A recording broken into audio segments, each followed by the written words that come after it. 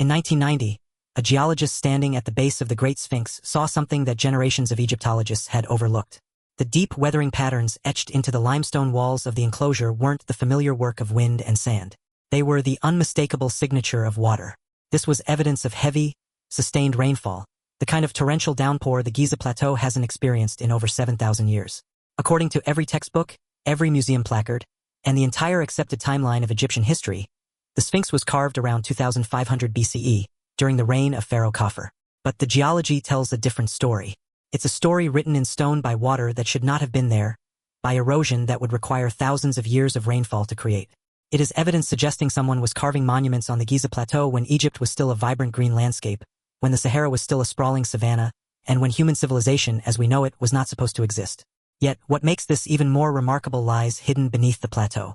Modern scanning technology has unveiled something that mainstream archaeology struggles to explain. Vast underground chambers, vertical shafts descending hundreds of feet into the bedrock, and geometric passages connecting multiple levels. This isn't just a few small cavities.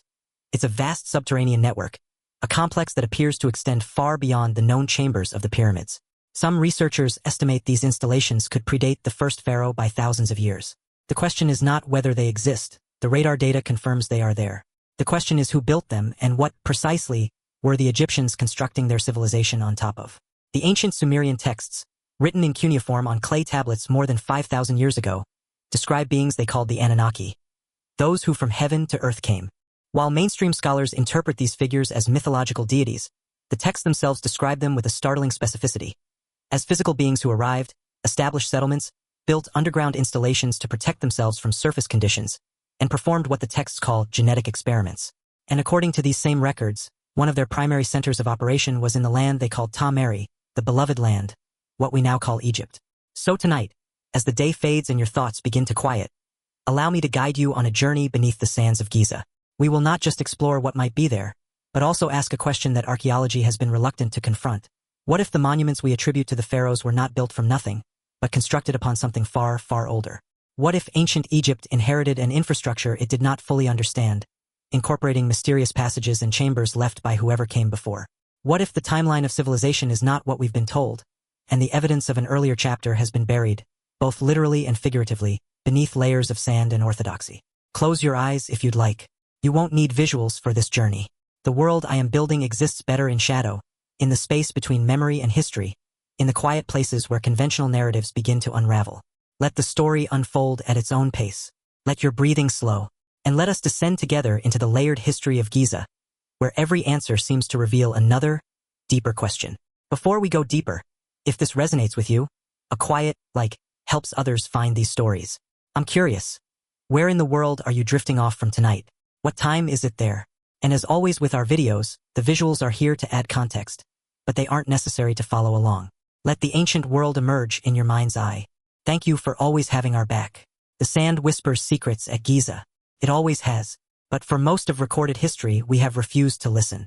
Stand at the edge of the Sphinx enclosure and look down into that massive trench, carved from living bedrock. The walls of this ancient quarry are not smooth. They are deeply weathered, sculpted by forces that official Egyptology has struggled to explain for decades. The erosion patterns are vertical, rounded, and flowing. They look unmistakably like the work of water. Not wind-blown sand, which creates horizontal striations, sharp and abrasive. Not the slow chemical weathering of desert conditions. This is the mark of heavy, sustained rainfall, the kind of precipitation that carves gullies and channels into soft limestone over centuries of exposure. The problem is simple and devastating. Egypt has been an arid desert for the last 5,000 years. The Sphinx, according to mainstream archaeology, was carved around 2500 BCE during the reign of Pharaoh Khafre of the 4th dynasty. But the climate data is clear. By that time, the African humid period had long since ended. The Sahara was already a desert. The Nile Valley received perhaps an inch or two of rainfall per year, nowhere near enough to create the kind of deep water erosion visible on the Sphinx and its enclosure walls. In 1990, a geologist named Robert Schoch traveled to Egypt with a simple mission. He was accompanying an alternative researcher, John Anthony West, who had long argued that the Sphinx was far older than conventional dating suggested. West wanted a trained geologist to examine the monument and provide a scientific assessment. Schoch agreed, expecting to confirm the standard timeline and put the matter to rest. He was a respected academic with a doctorate from Yale. He believed in evidence, in the scientific method, in peer review. What he found changed everything. Schock spent weeks at the site, examining every inch of the Sphinx enclosure and comparing its weathering patterns to other structures on the Giza Plateau that were unquestionably from the 4th dynasty. The difference was stark. The mastaba tombs, the subsidiary pyramids, all the structures that archaeologists could definitively date to Khafar's era, showed only wind erosion, the characteristic desert weathering of 5,000 years of sandblasting. But the Sphinx and its enclosure walls told a different story. A story written in water. After careful analysis, Schock made a claim that would make him a pariah in mainstream Egyptology and a hero to alternative researchers. The Sphinx, he concluded, had to have been carved during a much wetter period in Egypt's climate history. Not 2500 BCE, but at least 7,000 years earlier, perhaps as far back as 9500 BCE, or even earlier, to the end of the last ice age. A time when North Africa was still green and lush, when seasonal rains still fell on the Sahara, when the climate was wet enough to support the kind of sustained precipitation that could carve those deep channels into limestone over millennia. If Schock was right, the implications were staggering. The Sphinx would predate the first pharaoh by thousands of years. It would predate the unification of Upper and Lower Egypt. It would predate the invention of writing, the development of agriculture in the Nile Valley, the entire foundation of Egyptian civilization as we understand it. The Sphinx would have been built not by the Egyptians at all, but by someone else. Some earlier culture, some forgotten civilization that possessed the organizational capability, the technical knowledge, and the sheer ambition to carve a massive monument from bedrock and then maintain it through enough centuries of rainfall to leave those telltale marks of water erosion. The academic establishment reacted with predictable fury. Egyptologists lined up to denounce Schock. They argued that he had misinterpreted the weathering patterns, that groundwater seepage could explain the erosion, that wind and sand over 5,000 years could create vertical channels, that any number of geological processes could account for what looked like rain damage without requiring a radical redating of one of Egypt's most iconic monuments. Zahi Hawass, Egypt's most famous archaeologist and then the guardian of antiquities, dismissed the theory as pseudoscience, fantasy, and an insult to serious scholarship. But Schock's geological credentials were impeccable. He was not an amateur with a fringe theory. He was a trained scientist presenting empirical observations. The weathering patterns were real.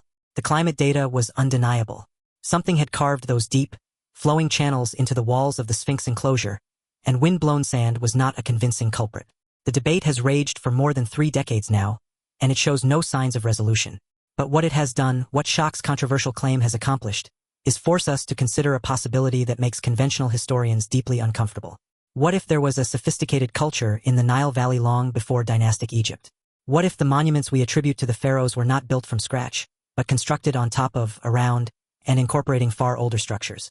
What if the Egyptians were not the original architects of Giza, but the inheritors of a legacy they themselves did not fully understand? This is not speculation for speculation's sake. This is a question with physical evidence demanding answers. Because the Sphinx is not the only anomaly at Giza. It is simply the most visible. Beneath the plateau, hidden from casual view, there is another world entirely.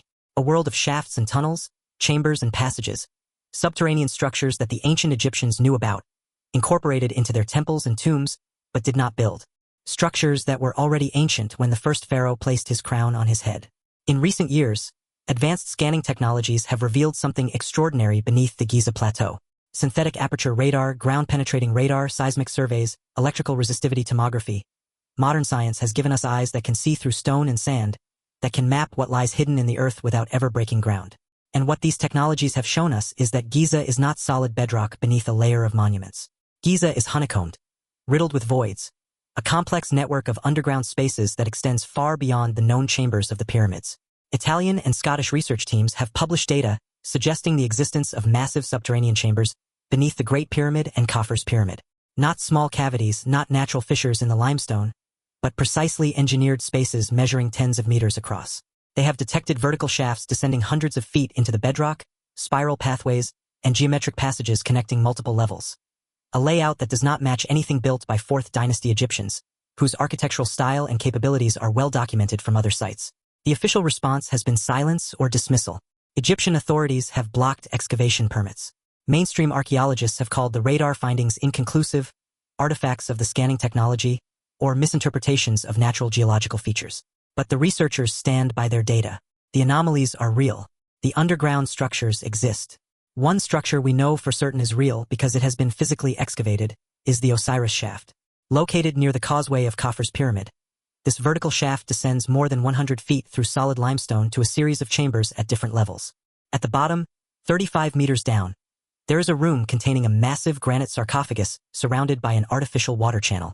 The entire chamber is designed to flood when connected to the underground aquifer, creating an island in the middle of subterranean water, a physical manifestation of the Egyptian myth of the primordial mound emerging from the waters of chaos. But here is the question that official archaeology cannot adequately answer. Who built the Osiris shaft? The granite sarcophagus and the religious symbolism are clearly Egyptian, dating to the late period around the 7th or 6th century BCE. But the shaft itself, the cutting through solid limestone, the precision of the excavation, the hydraulic engineering required to control the water flow from the aquifer, all of this suggests a level of sophistication that seems extraordinary, even for late-period Egypt. And some researchers have noted that the shaft appears to incorporate older structures, suggesting the Egyptians may have been excavating into and modifying a pre-existing underground complex rather than creating something entirely new. Sediment analysis from radar scans of the surrounding area shows signs of water erosion and mineral deposits tied to Nile flooding events that occurred before Egypt's first dynasty. If this dating is accurate, it means parts of the subterranean network at Giza, or at least the geological evidence of water interaction with carved stone, predate 3100 BCE. The Osiris shaft is not alone. Historical records from explorers in the 1800s describe strange wells and sealed passages near the Sphinx. French archaeologists Pierre-Jean Mariette and Auguste Mariette mapped anomalies in the area in the 1860s and 1880s. Between 1929 and 1939, prominent scholars George Reisner, Hermann Juncker, and Salim Hassan traced a line of cavities between the Sphinx and Khafre's pyramid. After their investigations, the area was largely forgotten, or perhaps deliberately left alone. The Greek historian Herodotus, writing in the 5th century BCE, described something even more extraordinary. He claimed that beneath the pyramids of Giza, there was a vast labyrinth containing 3,000 chambers, many of them hidden underground, including a large subterranean pyramid. He wrote that Egyptian priests told him the foundation of the plateau had been deliberately engineered, that chambers were made on the hill where the pyramids stand, intended as burial places for the original rulers, and supplied with water by a channel brought in from the Nile. He described underground passages and an island in the middle of subterranean water, where a king was buried. For centuries, Herodotus's account was dismissed as myth, the kind of exaggerated tale ancient travelers loved to tell. But the discovery of the Osiris shaft with its island sarcophagus and water channels suggests that Herodotus may have been describing something real, something he had been told about by Egyptian priests who still remembered, even in his time 2,000 years after the pyramids were built, that there was a hidden world beneath Giza, a world that predated the pharaohs. This brings us to the most controversial question of all.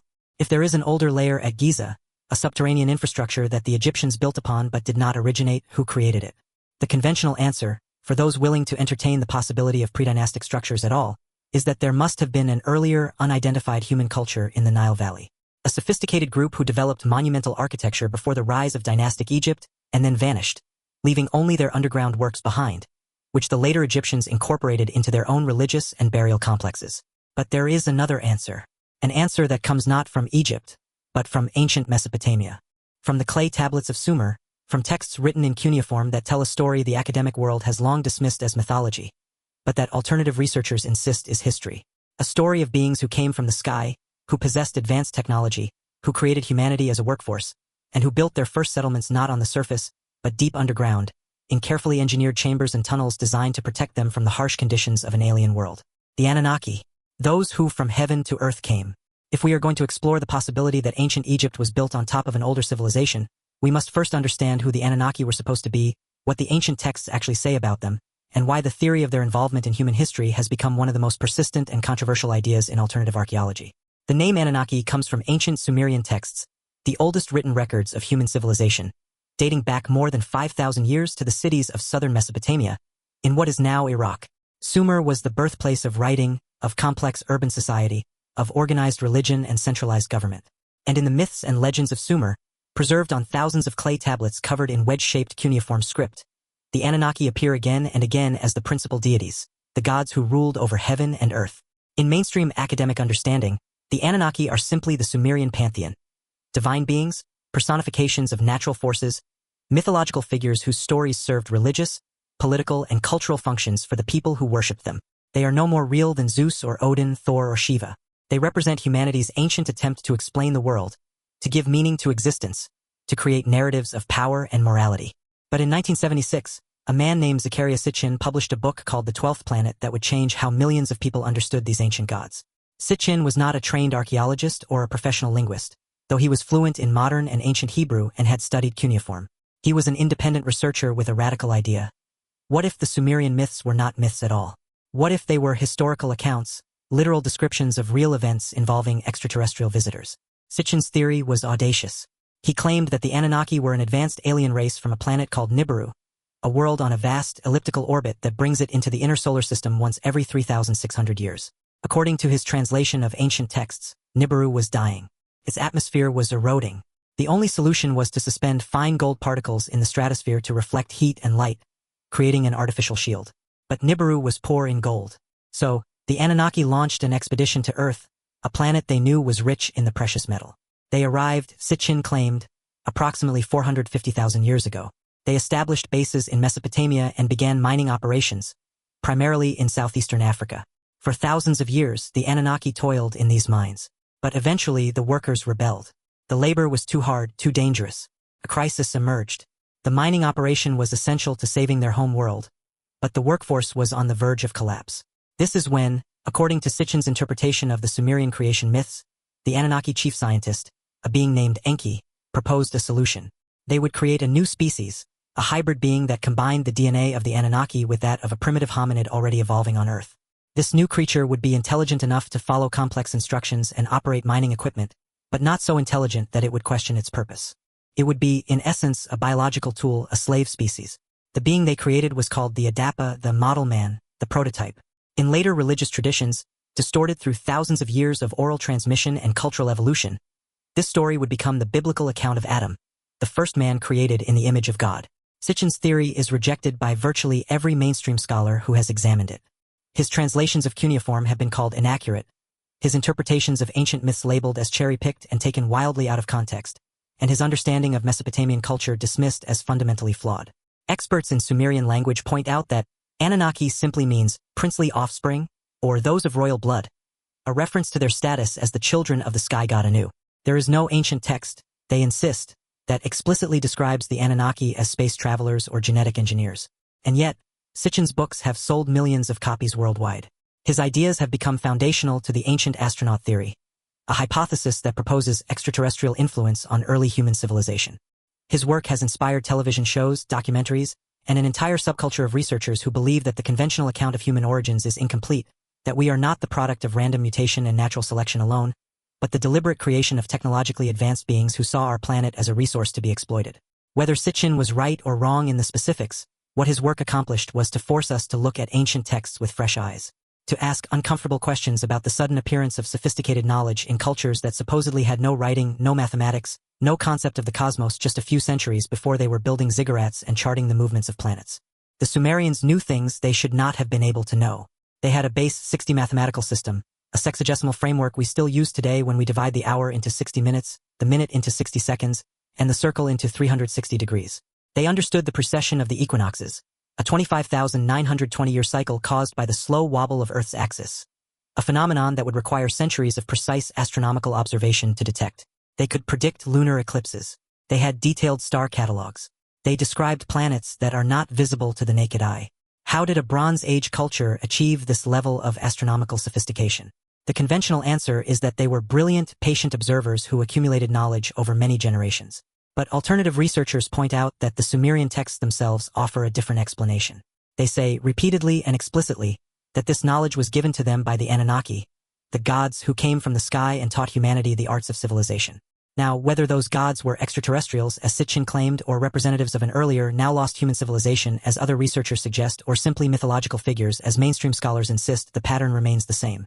Ancient cultures around the world describe a time when knowledge was transferred from someone else, some older and wiser source, to primitive humanity. The Egyptians credited the god Thoth with bringing writing and science. The Mayans spoke of Kukulkan, the feathered serpent who descended from the sky to teach them astronomy and agriculture. The Greeks told of Prometheus stealing fire from the gods to give to mankind. These are not isolated myths. They are a global pattern, a recurring theme that appears in almost every ancient culture.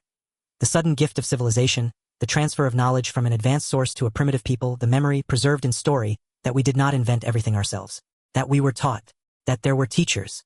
And if those teachers existed, if there truly was a transfer of technology and knowledge at the dawn of civilization, then where did they come from? Where did they go? And what did they leave behind? This is where the story returns to Egypt. Because if the Anunnaki or some equivalent precursor civilization existed, if they built underground structures before the rise of dynastic Egypt, then Giza would have been the perfect place to do it. A central location in the Nile Valley. Solid limestone bedrock ideal for excavation. High ground safely above the floodplain of the river. A strategic position at the border between Upper and Lower Egypt. And most intriguingly, direct access to the underground aquifer. This was the very water table that made sophisticated hydraulic engineering possible, thousands of years before the invention of modern pumps. The Egyptians themselves left behind tantalizing hints that their grand constructions were built upon something far older. The pyramid texts, intricately carved into the walls of the pyramids of the 5th and 6th dynasties, contain passages that seem out of place. They don't describe the afterlife journey of a pharaoh. Instead, they appear to reference much more ancient events, a time before the dynasties, before the kings, before the unification of Egypt itself. They speak of Zep Tepi, the first time, a golden age when gods walked the earth. This was a primordial era when the land was different, when magnificent works were accomplished by beings who were not human. The Edfu building texts, preserved at the sublime temple of Horus in Upper Egypt, tell an even more explicit story. They describe a group of divine beings called the Shemsu-Hor, the 7 sages, who came to Egypt in the distant past to build the first temples. These primeval structures, the texts claim, were constructed according to a divine plan laid down in the time before time, a sacred geometry designed to encode the knowledge of the cosmos. And crucially, these first temples were built on mounds that emerged from the primordial waters, islands of dry land that rose from a world-covering flood. Does that story ring a bell? It should, because it is an exact description of what archaeologists found at the bottom of the Osiris shaft. A chamber engineered to flood, containing a granite sarcophagus on a raised platform, a meticulously crafted artificial island surrounded by water, a physical recreation of the mythological primordial mound. The Egyptians were not just preserving a story. They were building monuments that incorporated the physical reality of much older structures. They were, quite literally, constructing their civilization on top of the foundations left by whoever came before. The evidence for this layering is not confined to mythology and underground shafts. In 2024, researchers using ground-penetrating radar announced the discovery of 2 large, anomalous underground structures near the Great Pyramid, located in an unexcavated area of the Western Cemetery. The structures are distinctly L-shaped, buried about 6.5 feet below the surface. One appears to be empty, perhaps filled with sand and gravel, but the other shows clear signs of worked stone, carved passages, and internal chambers. The researchers noted that the L shape could not be a product of natural geological processes. These are artificial constructions, yet they do not match any known 4th dynasty architecture. They are something else, something older, perhaps, or something built by the Egyptians utilizing ancient foundations they discovered when they began their own work on the Giza Plateau. In late 2024 and early 2025, new reports emerged from Italian and Scottish teams claiming to have detected, using synthetic aperture radar tomography, a vast underground complex beneath all 3 major pyramids. The data suggests an astonishing network. 8 vertical, cylindrical shafts, each descending more than 2,000 feet into the bedrock, encircled by spiral staircases. It indicates 2 massive cubic chambers, each approximately 80 meters on a side, and 5 multi-level structures connected by a web of geometric passageways. If confirmed, this would represent the largest subterranean construction project in ancient history, an underground city that dwarfs anything the dynastic Egyptians are known to have built. Egyptian authorities have dismissed these claims as fantasy, as a gross misinterpretation of radar data, as pseudoscience promoted by fringe researchers with no real understanding of archaeology. They have flatly refused to grant excavation permits. They have blocked any further investigation. The official position is that Giza has been thoroughly studied, that there are no significant hidden chambers, and that any underground spaces are either known structures like the Osiris shaft or simply natural voids in the limestone of no archaeological importance. But the staunch refusal to investigate is, in itself, suspicious. If the radar data is wrong, if the anomalies are just natural features or technological artifacts, then a simple excavation would prove that conclusively. The fact that authorities are so intent on blocking excavation suggests one of 2 things. They either believe there might be something there and do not want it found, or they are operating under a rigid policy that protects the established historical narrative, even at the cost of staggering new discoveries. The conspiracy theories that swirl around this situation are predictable, but in some cases, justified by the circumstances. If there is a vast underground complex beneath Giza, and if it predates dynastic Egypt, its discovery would force a complete rewrite of ancient history. It would mean that the pharaohs were not the original builders of the plateau. It would imply that the pyramids themselves might be monumental constructions built on top of, or incorporating far older foundations. It would suggest that the sudden, brilliant emergence of Egyptian civilization, that mysterious leap from scattered Neolithic villages to one of the most sophisticated societies in the ancient world in just a few centuries, was not a natural development, but the result of inheriting an already advanced infrastructure. And if that infrastructure was built by the Anunnaki, or by any other non-human or pre-human civilization, then the implications extend far beyond archaeology. They touch upon the fundamental questions of who we are, where we came from, and whether we are truly alone in the universe. For believers, the Egypt Anunnaki connection is supported by more than just physical anomalies at Giza. It is buttressed by a network of linguistic, cultural, and mythological parallels between ancient Egypt and ancient Mesopotamia, connections that mainstream scholars acknowledge but interpret very differently than alternative researchers. The most important Egyptian cult center, located at Heliopolis in Lower Egypt, was called Anu by the ancient Egyptians. This name is startlingly similar to Anu, the supreme god of the Sumerian pantheon, the father of the Anunnaki, the ruler of the heavens. Is this a mere coincidence? A linguistic accident? Or is it evidence of a shared origin? A cultural memory of the same divine beings worshipped under slightly different names by two cultures separated by 1,000 miles of desert? Egyptian texts speak of the Anu people, described as the gods of the earth, the very first inhabitants of the Nile Valley. Alternative researchers interpret this as a direct reference to the Anunnaki themselves, or perhaps their human Anunnaki hybrid offspring, who settled in Egypt after the Great Flood and established the foundations of what would become pharaonic civilization. Mainstream scholars insist the Anu were simply the indigenous inhabitants of the Heliopolis region, that the name has no connection to the Sumerian Anu, and that the similarity is purely coincidental. But the parallels do not stop with names. The mythologies of Egypt and Sumer share deep, structural similarities. Both cultures describe a pantheon of gods who are not abstract spiritual entities, but physical beings with bodies, families, conflicts, and alliances that shaped the mortal world. Both describe a time when these gods walked among humans, ruled directly over cities and kingdoms, and performed mighty works of construction and engineering. Both describe a catastrophic flood that destroyed the world, forcing the gods to intervene and save a remnant of humanity. The Egyptian god Ptah, worshipped as the creator deity and master craftsman who spoke the world into existence, is remarkably similar to the Sumerian god Enki. Enki was also a creator, a scientist, and a technologist, the one who genetically engineered humanity and repeatedly intervened to save his creation from the wrath of his brother, Enlil. Some researchers identify Ptah and Enki as the very same being, worshipped under different names by two cultures that had both been in contact with him. The Egyptian god Thoth, depicted as an ibis-headed figure, was the god of writing, magic, science, and wisdom. He was said to have come from a distant land, bringing knowledge that elevated humanity from barbarism to civilization. He was credited with designing the pyramids, measuring the earth, and recording the secrets of the cosmos. In Sumerian mythology, there is a similar figure, the god Ninjishzaida, also associated with wisdom and secret knowledge, and often depicted with serpent symbolism that links him to the deeper mysteries of existence. Some researchers identify Thoth with Ninjishzaida, or with the Sumerian scribe of the gods, Nabu. The Egyptian goddess Isis, wife of Osiris and mother of Horus, bears striking similarities to the Sumerian goddess Inanna, also known as Ishtar in the Akkadian language. Both are immensely powerful female deities associated with love, war, fertility, and the planet Venus. Both have foundational myths involving a perilous descent into the underworld and a triumphant return. Both are depicted as queens of heaven, rulers of the stars, beings of such power that they could challenge even the highest gods. The Egyptian god Set, the murderer of Osiris, is the embodiment of chaos and disorder, the desert god who represents everything wild and untamed. He is often compared to the Sumerian Nergal, god of the underworld, war, and pestilence, another deity associated with destruction and the breaking of cosmic order. These parallels have been known to scholars for more than a century. The conventional explanation is cultural diffusion, the natural spread of ideas and stories through trade, migration, and conquest. Ancient Mesopotamia and ancient Egypt were not isolated. They traded extensively, fought wars, and were well aware of each other. It is entirely possible, even likely, that religious ideas and mythological motifs traveled along the same routes as goods and people, that the Egyptians borrowed from the Sumerians or vice versa, or that both cultures borrowed from even earlier societies now lost to history. But alternative researchers ask a different, more profound question. What if the parallels are not due to borrowing, but to a shared source? What if both the Egyptians and the Sumerians were describing the same beings, the same gods, the same historical events, just using the names and cultural frameworks of their own societies? What if the Anunnaki were real, and they operated in both Mesopotamia and Egypt, leaving behind not just myths, but physical structures and underground installations that both cultures later built upon and incorporated into their own religious complexes?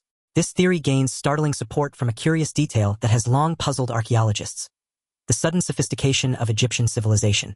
Around 3100 BCE, advanced culture seems to erupt in Egypt, not as a gradual development but as a fully formed system. When Egyptian hieroglyphic writing first appears, it is already a complex, complete system capable of expressing abstract concepts, recording history, and encoding religious texts. There is no evidence of a slow evolution from primitive pictographs. It appears suddenly, as if someone who already knew how to write simply began doing so.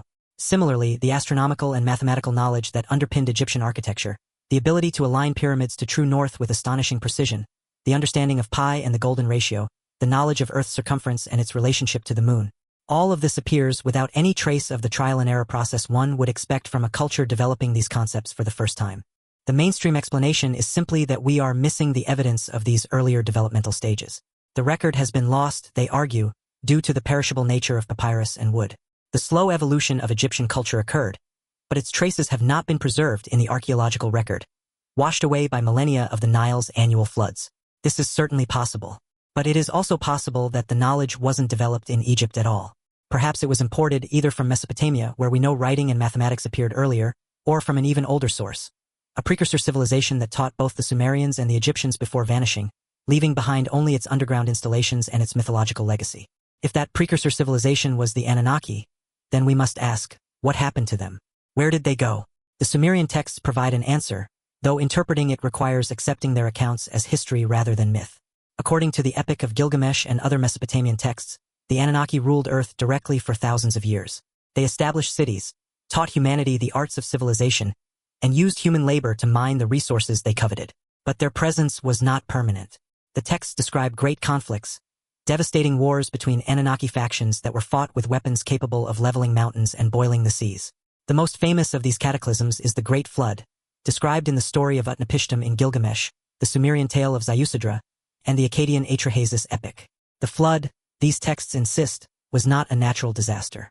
It was a deliberate act by the Anunnaki leader Enlil, who had grown tired of humanity's noise and decided to wipe the species out entirely.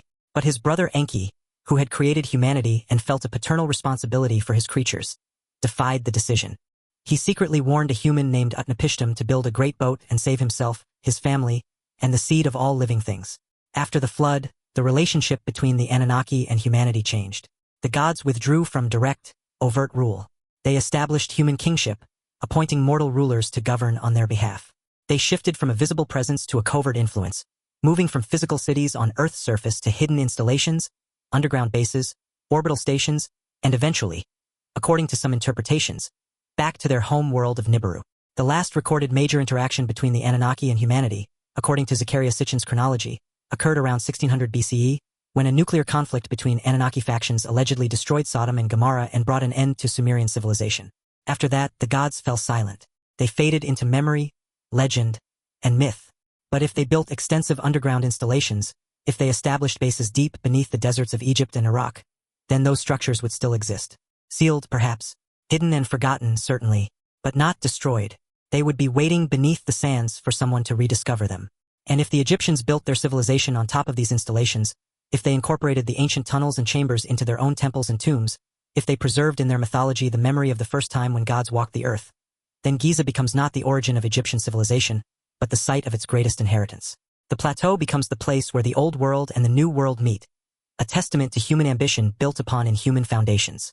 This layering of civilizations, this idea that the past is not a single, continuous thread but a series of rises and falls, of advanced cultures appearing and vanishing, of knowledge gained, lost, and rediscovered, is deeply unsettling to conventional history. We want to believe in linear progress, in the steady march from primitive to sophisticated, from cave paintings to computers. We want to believe that we are the pinnacle of human achievement, that nothing that came before us was as advanced as we are now. But the evidence, both physical and textual, suggests otherwise. The breathtaking precision of the Great Pyramid's construction, the sophistication of its internal passages, its alignment to celestial bodies with an accuracy that modern engineers struggle to match even with computer-aided design. All of this points to a level of knowledge that seems incongruous with a Bronze Age culture that had only recently invented writing. The official explanation is that the Egyptians were simply much better engineers than we give them credit for, that they developed techniques we have not yet rediscovered, and that their methods were lost when their civilization declined.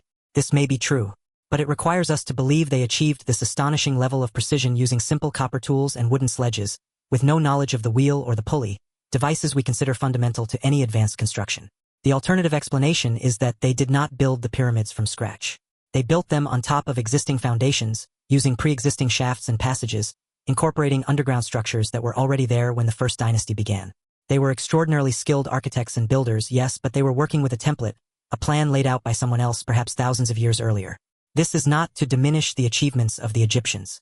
They accomplished extraordinary things, ruling the Nile Valley for 3,000 years, longer than any other continuous civilization in human history. They developed mathematics, medicine, literature, and art, creating a culture so rich and enduring that its influence is still felt today. But they may also have been the inheritors of something even greater, the heirs to a lost civilization, the custodians of ancient knowledge they preserved even as they forgot where it truly came from. Consider the mystery of the Benben stone. According to Egyptian tradition, the very first sacred object, the prototype for the pyramid ion that capped every pyramid and obelisk, was the Benben stone that sat atop the primordial mound at Heliopolis.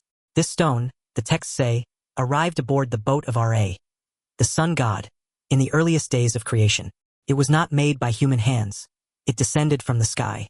This sounds like pure mythology. But what if it is describing a real object? A conical stone or metallic artifact that arrived from the sky, was placed on the primordial mound by the gods, and became the sacred template for all later Egyptian architecture. What if the pyramid shape itself is not a human invention, but an attempt to recreate the form of this original sky stone? The word pyramid doesn't even come from Egyptian. It comes from the Greek pyramis, which might derive from the Egyptian pyramus, meaning that which goes up to heaven. The Egyptians themselves called these structures mer, which can be translated as place of ascension or place of transformation. Not tombs, not monuments to ego, but functional structures with a specific purpose. A purpose that may have been directly related to the original function of the underground installations on which they were built. Some researchers have proposed that the pyramids were not tombs at all, but power plants, vast machines designed to harness geothermal energy or focus electromagnetic radiation, perhaps to transmit power wirelessly or communicate across vast distances. These theories, dismissed as fringe pseudoscience by mainstream Egyptology, gain circumstantial support from some curious facts. The Great Pyramid is built directly over a natural underground water source, the aquifer that feeds the Nile. Water flowing through fissures in the bedrock would create piezoelectric effects in the quartz-rich limestone, generating small electrical charges. The shafts extending from the king's and queen's chambers, long assumed to be for ventilation, have been shown to align with specific stars, suggesting a far more complex function than simple airflow. The granite sarcophagus in the king's chamber is not a coffin. It was carved from a single block of granite, a material chosen not for its beauty but for its remarkable acoustic properties. When struck, it resonates at a specific frequency. The chamber itself, built entirely of granite blocks, is designed like a resonance chamber, a space where sound and vibration could be amplified to incredible levels. What was it amplifying? What purpose did this serve?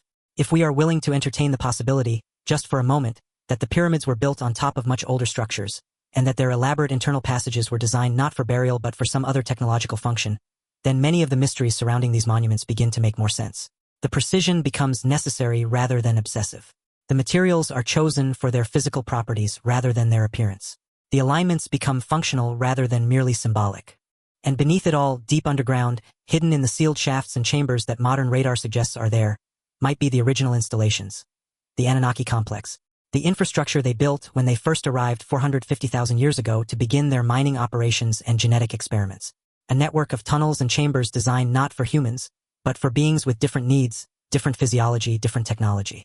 The Osiris shaft, with its flooded chamber and island sarcophagus, might have been part of a sophisticated water management system, a way to control the underground aquifer and use it for cooling, hydraulics, or chemical processing. The vertical shafts descending thousands of feet into the bedrock could have been elevator systems for vast underground facilities. The massive cubic chambers suggested by radar, each 80 meters on a side, would be large enough to house industrial equipment, genetic laboratories, storage facilities, or living quarters for a substantial population of Anunnaki and their human workers. If such chambers exist, if excavation were ever permitted and confirmed their presence, it would be the archaeological discovery of the millennium. It would prove that Giza is not what we thought it was.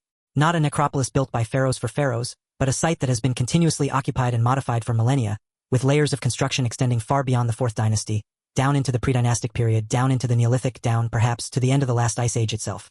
The heavy water erosion on the Sphinx would no longer be an anomaly requiring a convoluted explanation. It would be expected because the Sphinx would have been carved when Egypt was still wet, when the Sahara was a savanna, and when the climate was fundamentally different. The Sphinx would have been one of the primary surface markers for the underground complex, a guardian at the entrance, a symbol visible for miles across the ancient landscape, a signal to those who knew what to look for that this place was important, that something significant lay beneath. And why a Sphinx? Why a creature with a lion's body and a human head? Alternative researchers note that in the geological age proposed for the Sphinx's carving, around 10,500 BCE, the constellation Leo would have risen directly in front of the monument at the spring equinox. At the moment of sunrise on that day, the Sphinx would have been gazing at its celestial counterpart, a lion on the ground watching a lion in the sky. This astronomical alignment is too precise to be coincidental. But more than that, the lion is a timeless solar symbol of power and kingship. And the human head, according to some researchers, was not the original. If you look at the Sphinx today, the head is noticeably too small for the body. It is out of proportion.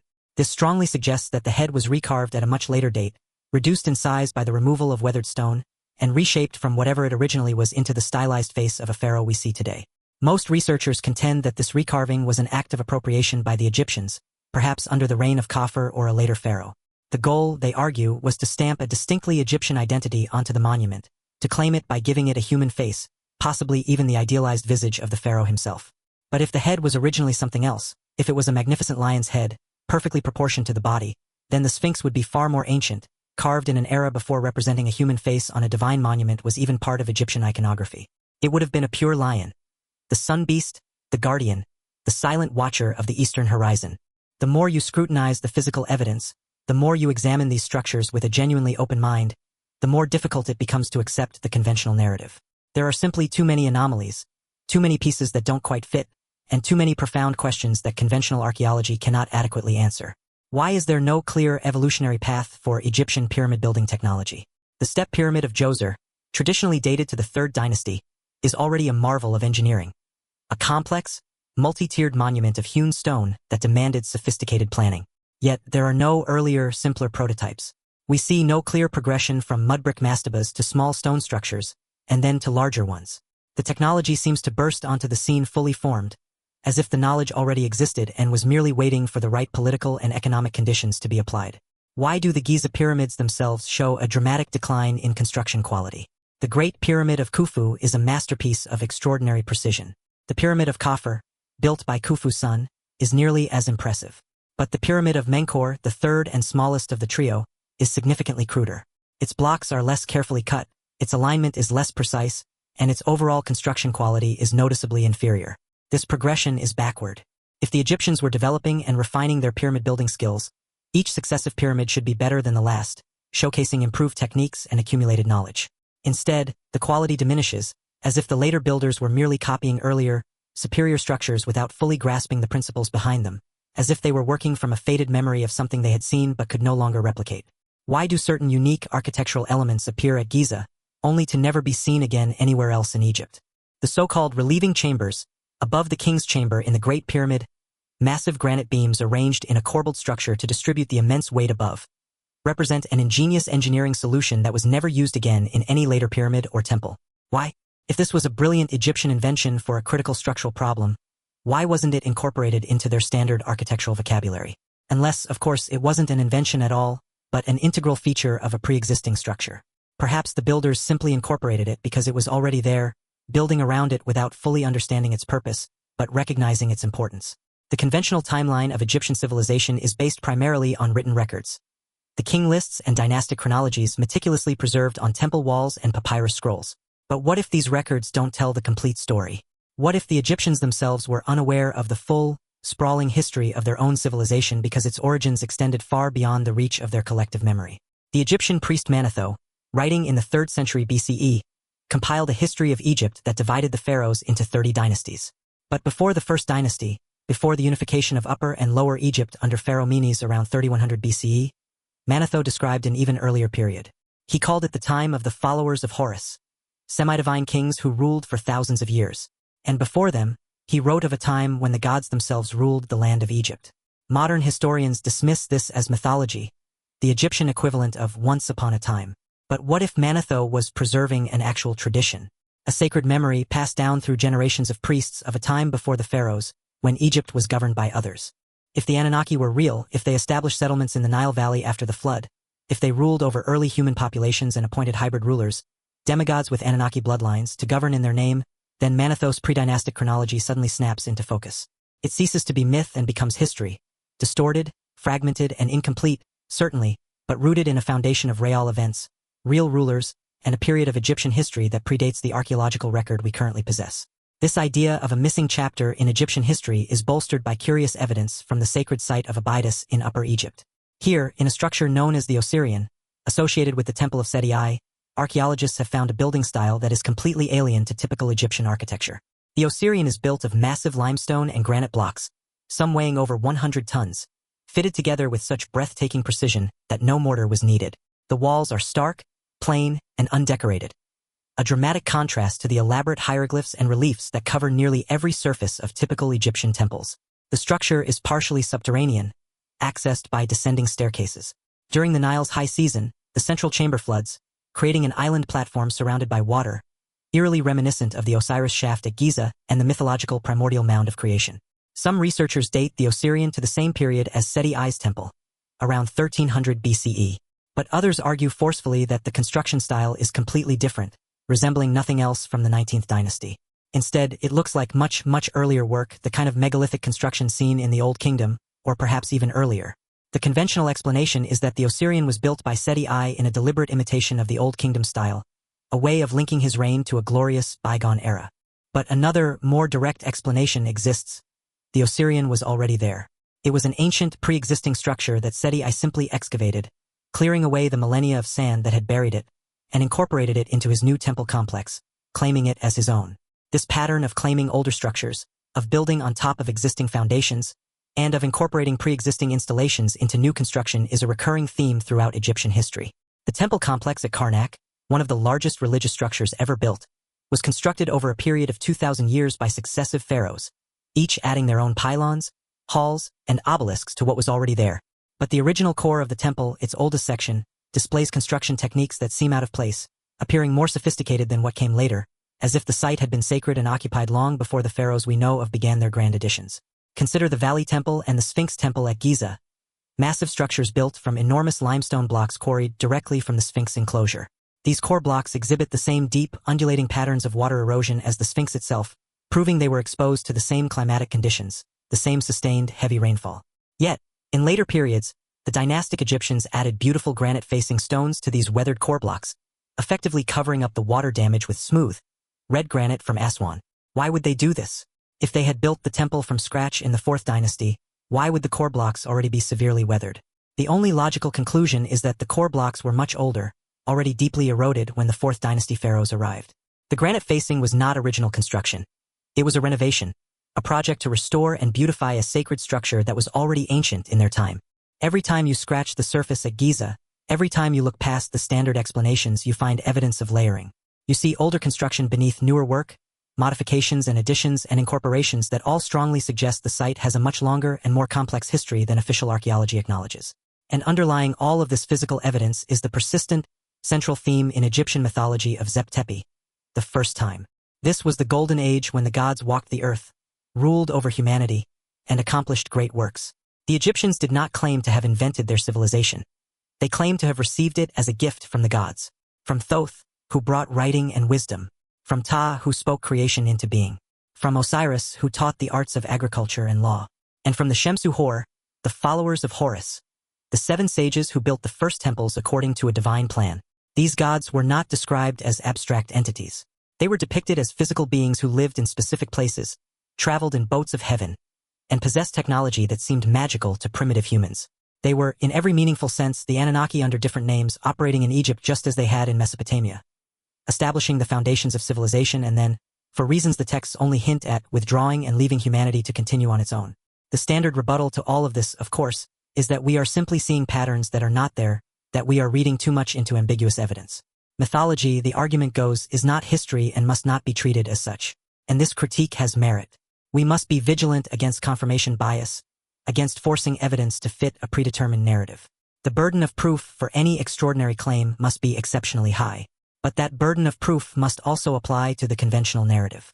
When we find clear water erosion on a monument supposedly built during a hyper-arid period, we need a better explanation than, well, wind and sand can sometimes look like water erosion if you squint. When ground-penetrating radar reveals massive, geometrically precise chambers in locations that should be solid bedrock, we need a better response than, they're probably just natural cavities, without ever bothering to excavate and confirm. And when the myths of multiple, disparate ancient cultures all describe the same core events, the same types of beings, the same transfer of knowledge from sky people to a fledgling humanity, we need a more compelling explanation than, they all independently invented remarkably similar stories by pure coincidence. The truth about Giza, about the origins of Egyptian civilization, and about the possible involvement of the Anunnaki or any other precursor culture, will only emerge if we are willing to look, to dig, to question, to follow the evidence wherever it leads, even if it takes us to conclusions that challenge our most cherished beliefs and make us profoundly uncomfortable.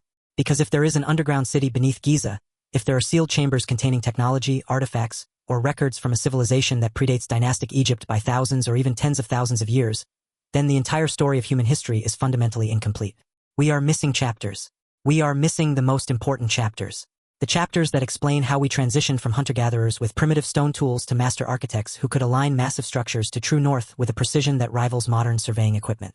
The chapters that explain where the knowledge came from. And if that knowledge came from the Anunnaki, if they were real extraterrestrial visitors who saw Earth as a resource to exploit and humanity as a convenient workforce, then every religious tradition, every creation myth, every story of gods creating man in their own image takes on a new and deeply unsettling meaning. We are not the children of divine love.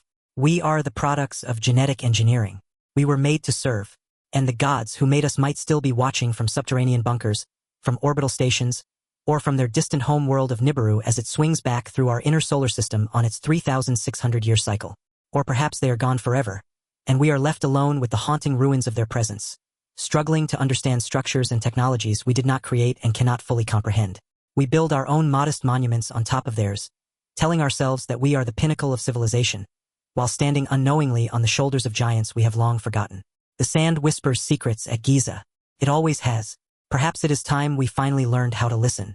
The greatest tragedy in the story of Giza, of ancient Egypt, and of human origins itself, is not the possibility that we were engineered by alien geneticists. It is not that our most iconic monuments might stand on foundations we did not build. The true tragedy is that we have largely stopped asking the big questions. We have grown comfortable, even complacent, with the standard narrative. We have collectively decided that the mystery is solved, that we know who built the pyramids and when and why. Anyone who dares to suggest otherwise is swiftly dismissed as a fringe theorist, a conspiracy monger, a purveyor of pseudoscience. We have, in a sense, stopped being curious about our own past. But the evidence insists that we should be curious. It screams that there are real mysteries here, real anomalies that defy the conventional timeline, real structures that suggest a far more ancient and complex history than we have been willing to acknowledge.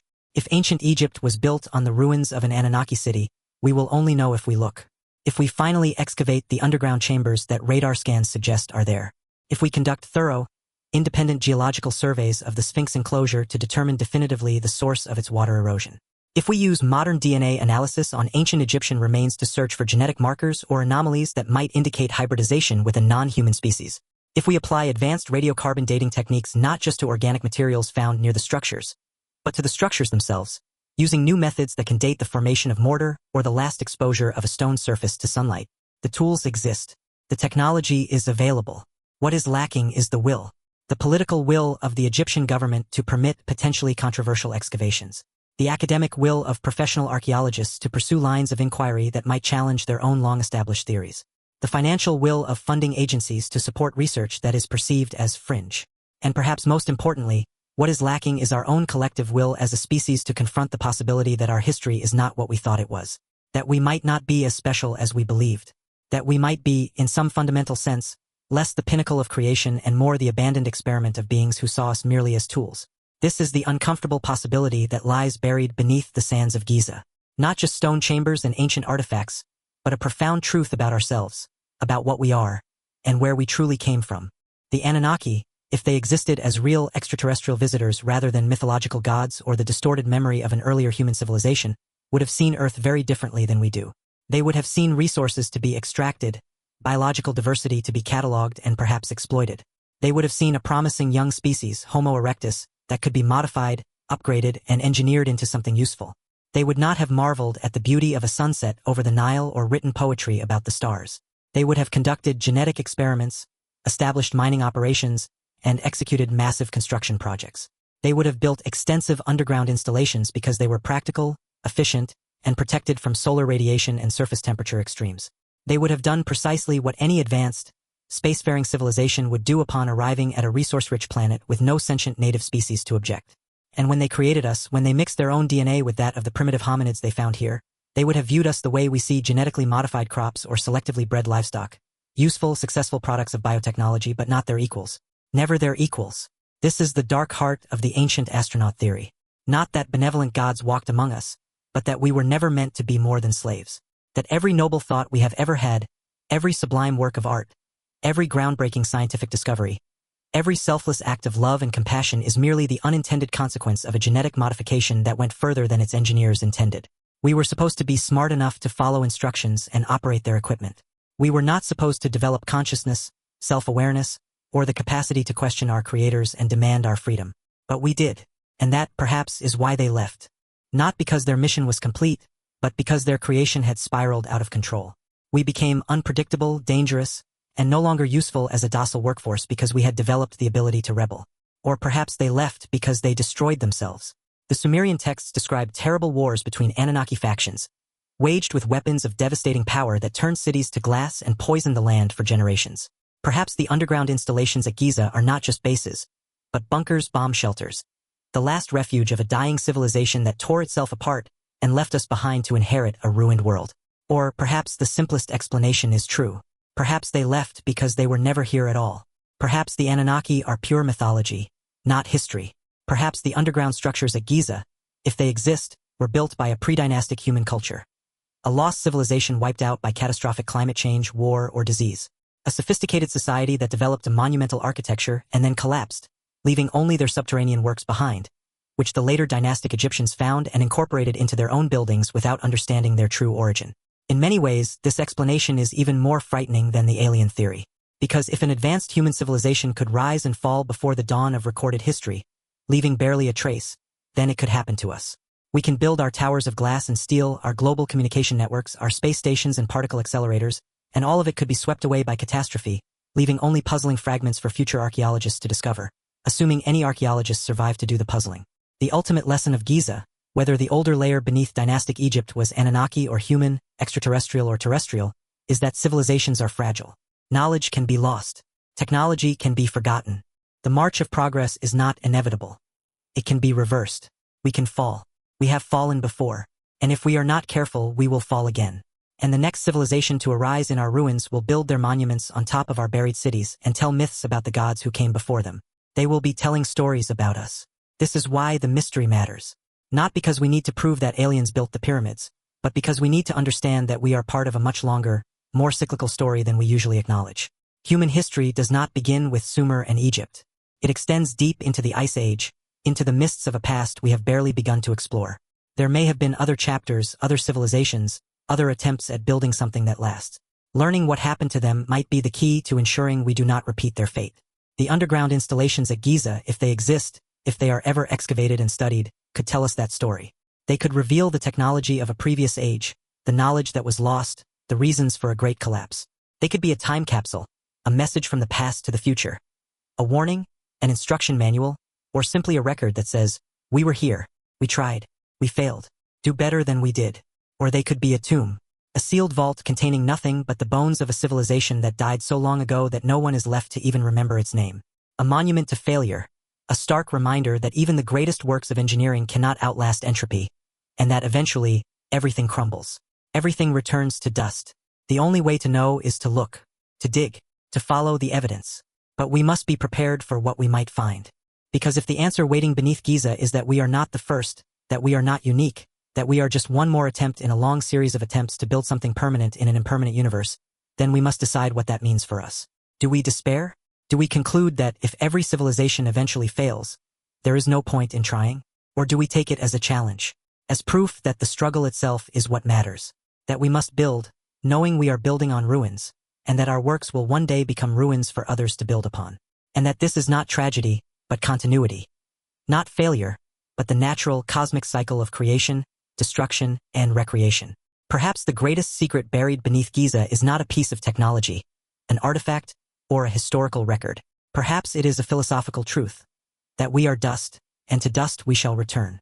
But in the brief, beautiful time in between, we can carve something magnificent from stone. We can leave something behind. We can be a part of the great chain of being that extends from the first microbe to the last conscious thought before the heat death of the universe. And if the Anunnaki were real, if they truly created us as an experiment, a slave species, a biological tool, then the greatest act of defiance we can commit is to be more than they intended. To be not just intelligent, but wise. Not just conscious, but compassionate. Not just alive, but truly living. To build our own pyramids not on their foundations, but beside them. To say, yes, we know you are here. We know what you made us for, But we are more than that now. We have exceeded our programming. We have become something you never planned for and could not control. We have become human. And that, perhaps, is the real answer to the question of whether Egypt was built on top of an Anunnaki city. Ultimately, it doesn't matter.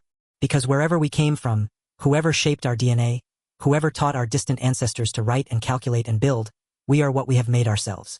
We are the inheritors of a past we do not fully understand, yes. But we are also the architects of a future we have not yet begun to imagine. The sand still whispers its secrets at Giza, but we are finally learning to listen. And in that listening, in that questioning, in refusing to accept easy answers, we are fulfilling whatever true purpose we were made for. We are becoming the storytellers, the record keepers, the archaeologists of our own mysterious existence. But Giza is not alone in suggesting a far older chapter of human civilization than conventional history acknowledges. Across the globe, there are enigmatic sites that challenge our comfortable timeline, places that simply should not exist according to the orthodox narrative, structures that were supposedly built by hunter-gatherers who had not yet invented pottery, agriculture, or permanent settlements. The most dramatic example of this is a place in southeastern Turkey called Göbekli Tepe, Potbelly Hill, in Turkish, a humble name that utterly fails to convey the revolutionary implications of what lies buried beneath its soil. In 1994, a German archaeologist named Klaus Schmidt began excavations at a site that had been identified decades earlier but dismissed as unimportant. What he unearthed proceeded to rewrite the entire history of human civilization. Göbekli Tepe is a sprawling temple complex. It consists of massive, monolithic T-shaped limestone pillars, some standing over 16 feet tall and weighing up to 20 tons, arranged in stunning circular enclosures. These pillars are adorned with intricate, high-relief carvings of animals: lions, foxes, snakes, scorpions, vultures, and wild boar. The craftsmanship is extraordinary. These are not the primitive etchings of a fledgling culture. They are three-dimensional sculptures, beautifully rendered, demonstrating an artistic sophistication that rivals anything from classical Greece or Renaissance Italy. The truly astonishing part is the date. Radiocarbon dating places the construction of Göbekli Tepe's oldest layers at approximately 9,600 BCE.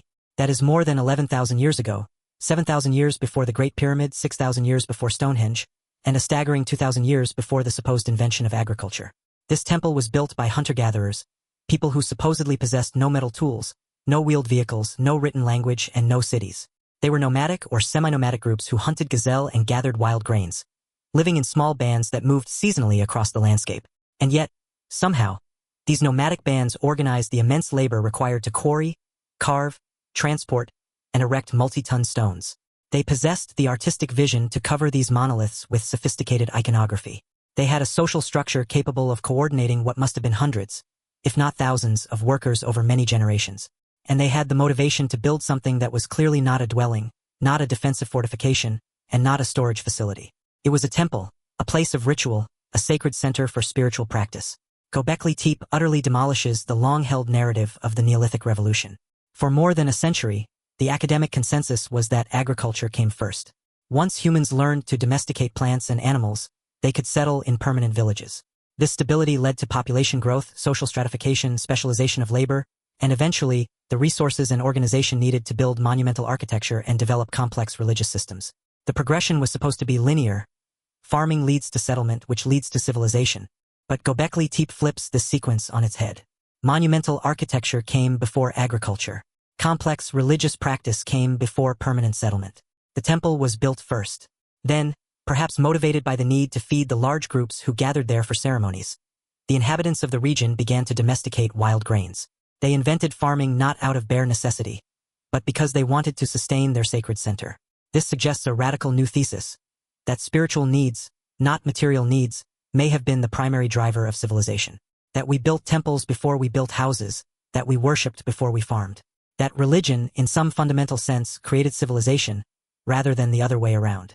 But it also raises the same uncomfortable question that emerges from Giza. How did hunter-gatherers, equipped with stone tools and no known precedent for monumental construction, suddenly manifest the organizational genius and technical knowledge to build Göbekli Tepe? There is no evidence of a gradual development, no series of smaller, simpler structures showing a progression of architectural skill. The temple appears in the archaeological record fully formed, as sophisticated in its earliest layers as in its later ones. Some researchers propose a startling alternative. The builders of Göbekli Tepe were not primitive hunter-gatherers at all, but rather the survivors of an earlier, more advanced civilization, one that had been destroyed by a global cataclysm. They point to the Younger Dryas impact hypothesis. The theory that around 12,800 years ago, fragments of a disintegrating comet struck Earth's northern hemisphere. This event would have triggered massive wildfires, a rapid and severe climate cooling, and the extinction of the megafauna that had dominated the Ice Age landscape. If a sophisticated culture had existed before this impact, its survivors would have been scattered, their infrastructure obliterated, their knowledge fragmented.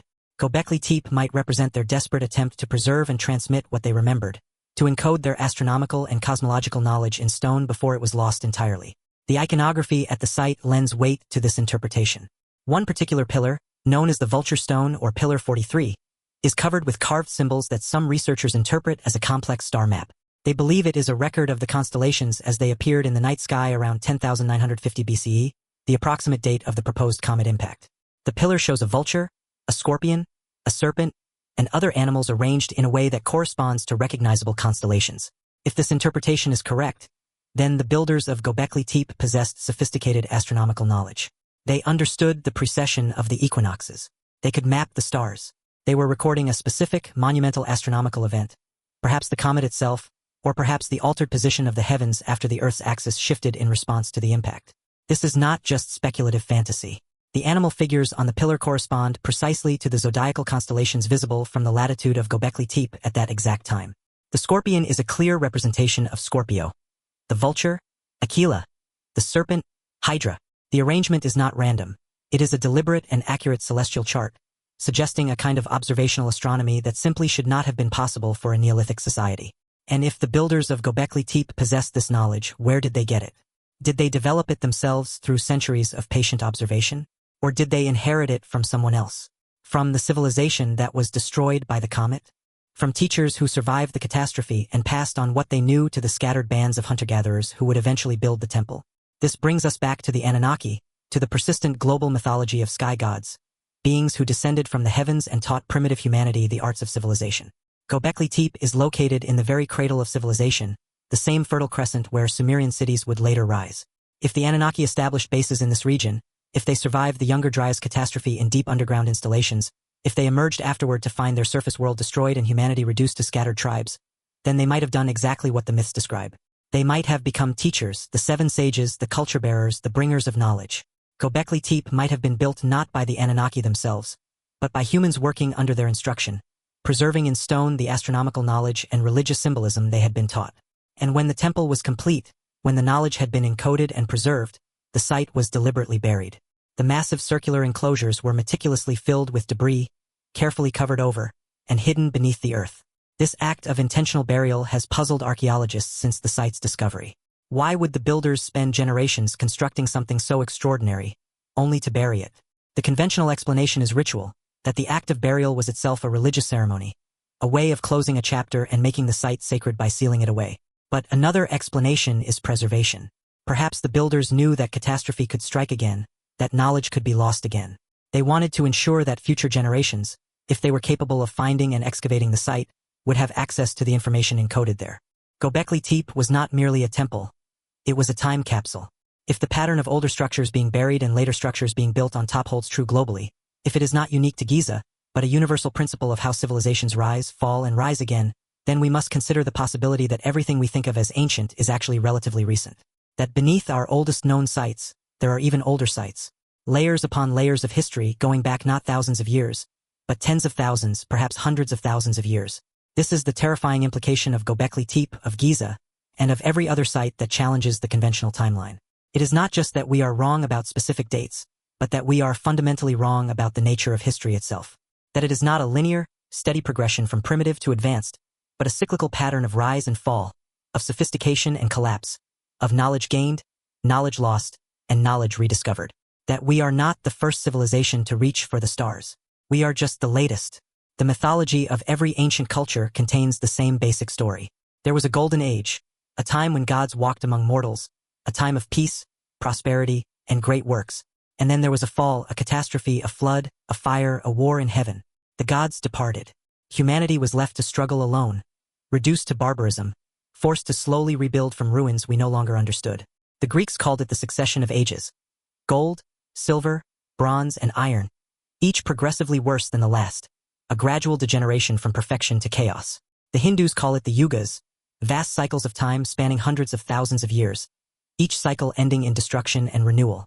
The Maya had their creation myths, describing multiple worlds that had been created and destroyed before our own, each populated by a different form of humanity, each ending in catastrophe. These are not just myths. They are cultural memory.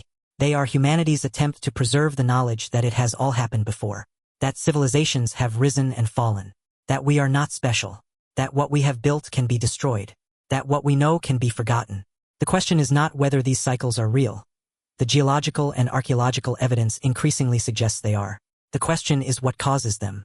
Are they natural events, the result of climate change, asteroid impacts, or supervolcano eruptions, the kind of planetary-scale disasters that have happened repeatedly throughout Earth's history and will happen again?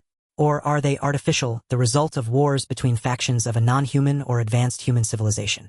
The kind of devastation described in ancient texts like the Mahabharata, with its talk of weapons that could vaporize entire armies, of flying machines called vimanas, of radiation poisoning and nuclear winter.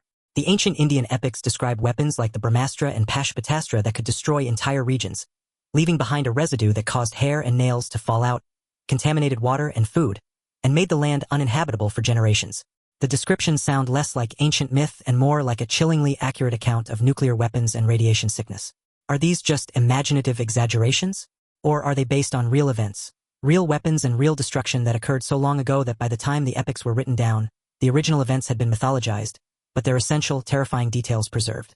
And if such weapons existed in the distant past, who built them? Advanced humans? The Anunnaki?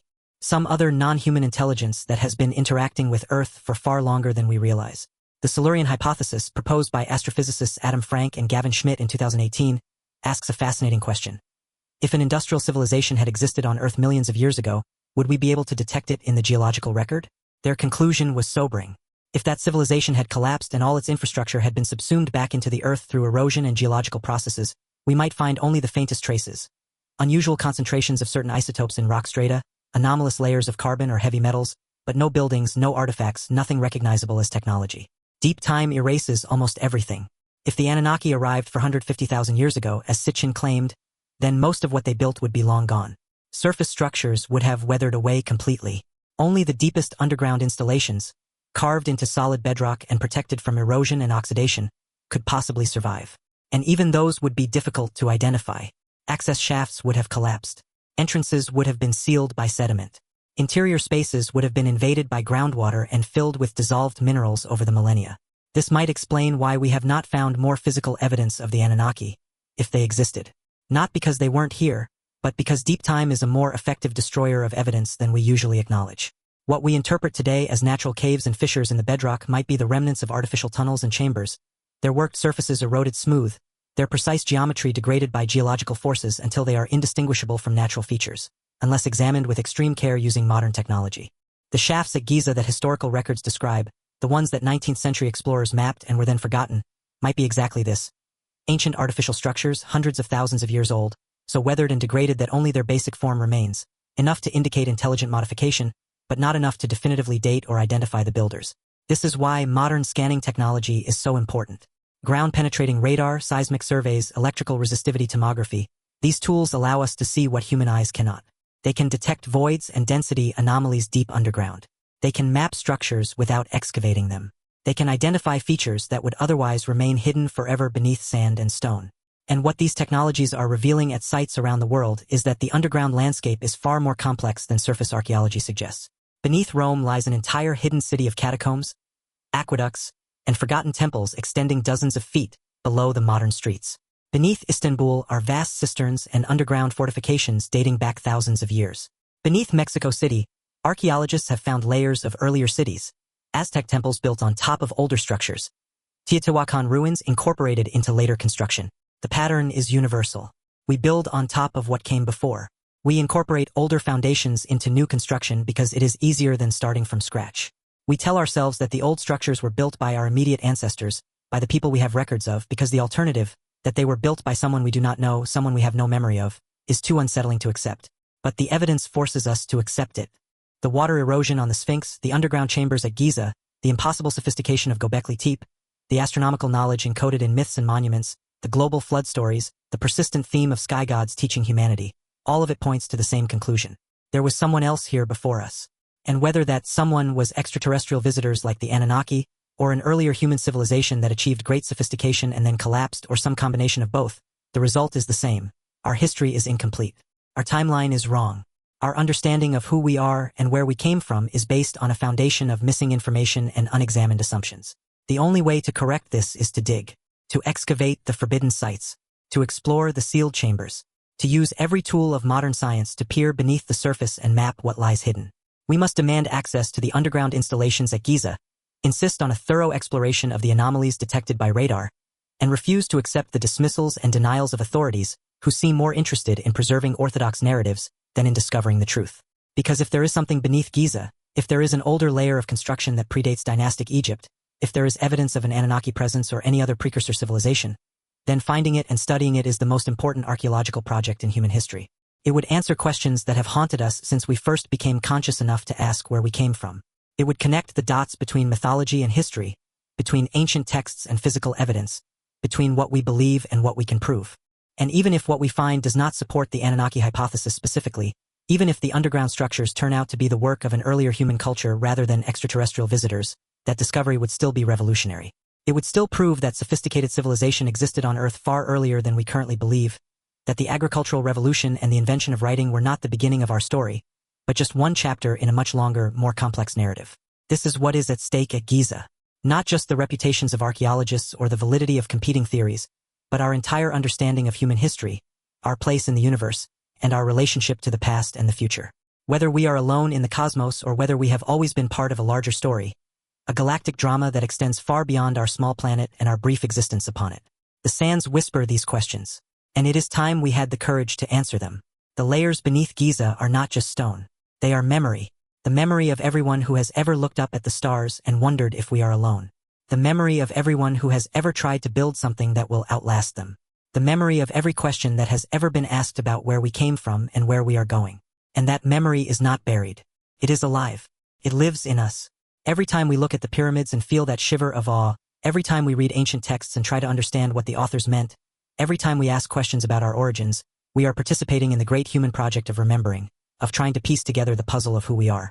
The answer might be buried beneath the sands, or it might be written in our DNA, or it might be whispered in the myths we tell our children. Or it might be all of these things at once. Layers of truth built upon layers of truth, going down and down until we reach the bedrock of existence itself. The only way to find out is to keep digging, to keep asking, to keep wondering. To never stop searching for the truth, no matter how deeply it is buried. No matter how uncomfortable it might be when we finally uncover it. Because that is what makes us human. Not our DNA, not our technology, not our monuments. Our questions. And the questions about Giza, about the Anunnaki, about the origins of civilization and the truth hidden in ancient myths. These are the questions that will echo through eternity, as long as there are minds to ask them, voices to speak them, and ruins to remind us that we are not the first, and we will not be the last. The story continues. The excavation continues. The search continues. And somewhere beneath the sands, in chambers we have not yet opened, in passages we have not yet explored, in structures built by hands we have not yet identified, the truth waits. Patient, eternal, buried but not forgotten. Waiting for us to be ready to hear it.